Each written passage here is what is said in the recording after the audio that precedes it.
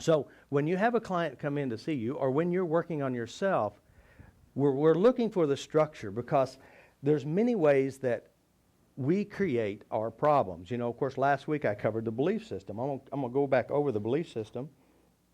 First of all, death is a natural process. It's a part of life, and it happens whether you like it or not. Now, loss is also the same thing. And the deal is, life is always changing. The deal is, how fast do you transition with the change? So it's the key of letting go is what we want. Figure out how to let it go, keep the good treasures, and move on. All right? Grieving hurts those who do it. People who hurt, they do it to themselves based on what they think. All right, grieving doesn't undo or change anything. It doesn't fix anything, but it hurts those who produce it, and it affects people around you, such as your children or others. And it's also a great form of beating yourself up. Feeling guilty is one of the keys of grief. It's also a form of rejection or regret, anger, being upset.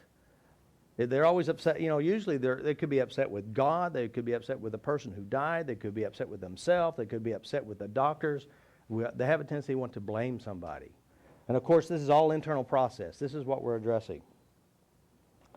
And oftentimes, you know, those who beat themselves up, or those who have this great ability to grieve, they often will play the what ifs.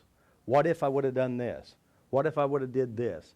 If I only would have done this, this wouldn't have happened. So, and I find myself even doing the exact same program, you know, whenever my grandmother had passed, you know, and I'm sitting there at the funeral, and I started thinking, I thought, I'll never get to see her again. So what am I trying to do? I'm making myself feel bad. And then I start thinking, well, if I only would have been a better grandson, only if I would have done this. And so I started creating and manifesting the grief within me, because my belief system wasn't very healthy at the time. And then, of course, blaming somebody. And, of course, my belief system now is everyone who enters into your life, they will leave you gifts. They'll leave you good gifts, and they'll leave you bad gifts. And how you can tell the difference in the gifts is the wrappings.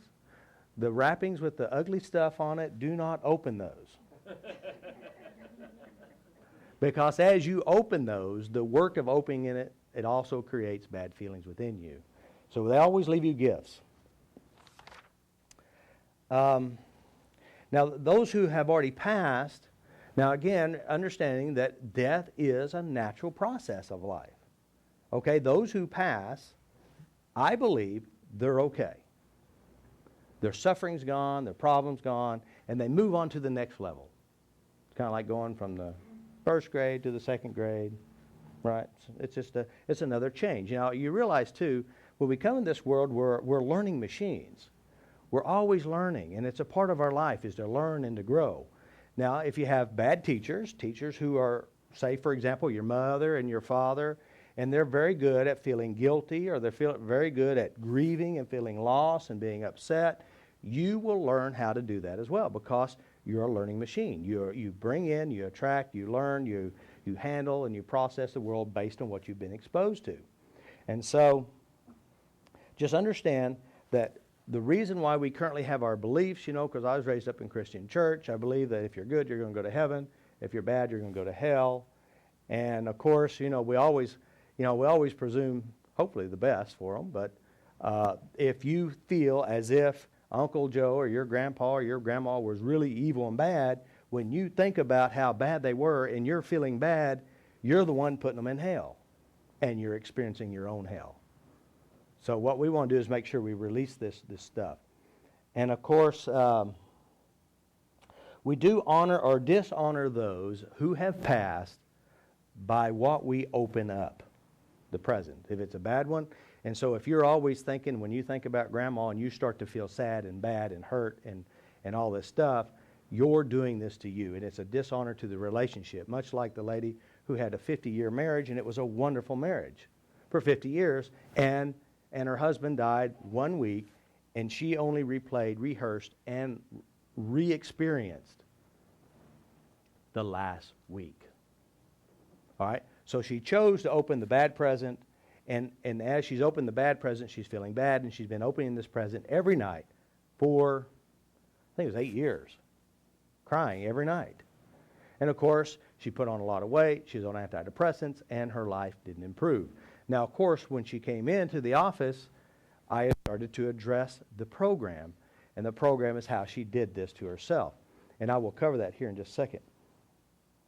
Okay, so everyone will come in, they'll leave you gifts, good ones and bad ones, and if you hold the good ones, and every time you think about whoever it is, whatever it is, and you feel really good, that's honoring the relationship. And not only will it honor the relationship, but you'll take that good energy, those good emotions, and you'll use it in a healthy way in your future. That means whoever you interact with, you'll start to grow and you'll start to help and you'll heal and affect their lives in a good way.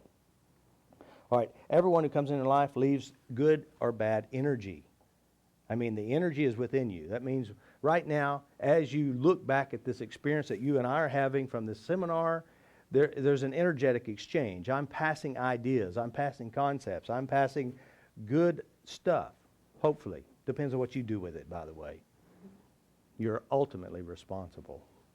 And forgive me if I hurt you. Every person who comes into your life, they are a spiritual teacher. They're there to help you heal, grow, and to expand. You know, there's a young boy who'd been coming to the seminar, and he had, there was some issues with his mother. And of course, he had a lot of anger, a lot of hurt. And of course, his father is a spiritual guide, and he's kind of helping him along. And of course, I said, hey, your mother is your spiritual teacher. Because he had a lot of anger, a lot of hurt, a lot of rejection. And when you realize that those people who have had a negative impact in your life, you could do one of two things. You can open the bad gift and feel horrible, or you can learn to release the negative energy, the negative emotions, send love to whoever it is, and as you do that, you begin to heal. Now, if you address that and you send love to them and you create the peace within yourself, you're truly going to heal. And remember, I shared with you last week, whenever you go inside your mind and you remember something, whatever the event is, good or bad, you are the movie director. That means you're playing the movie, and you're also all the actors. So if you have a memory of your father beating you up, guess who's beating you up now? Yourself. Does that make sense? Right. So that's what we want to understand. We are fully responsible for what we do within us. And then, of course, every experience, whatever it is, you get to choose. You're going to let it heal you, or you're going to let it kill you, depending on what you do with it. Now, what I mean by kill you, let's say, for example, you came in this world and your mother or your father had anger issues. I'll use my father. My father had anger issues. And so I could be really angry all the time and, think about my father and let this really stay inside myself. And what will happen is I will start attracting more people like that. Matter of fact, I could be angry just going down the highway. Someone pulling from me, and I'll use my father's program on them. So I take this program and I add more to it. And the more I add to it, guess what happens? It ends up destroying me from the inside. Because, you realize number one cause of all of our health problems, relationship problems, every problem is stress and emotions. Now, what is stress and emotions? Stress and emotions is your body's reaction to perception. And of course, perception is developed, created by what you perceive and hold within you. So that's why we want to take full responsibility of what we do inside so we can heal ourselves. And of course, I like what Sue shared today, and Sue said her mother had told her, she said, we're all born with that special spark of goodness within us. And and you have to realize this too, guys.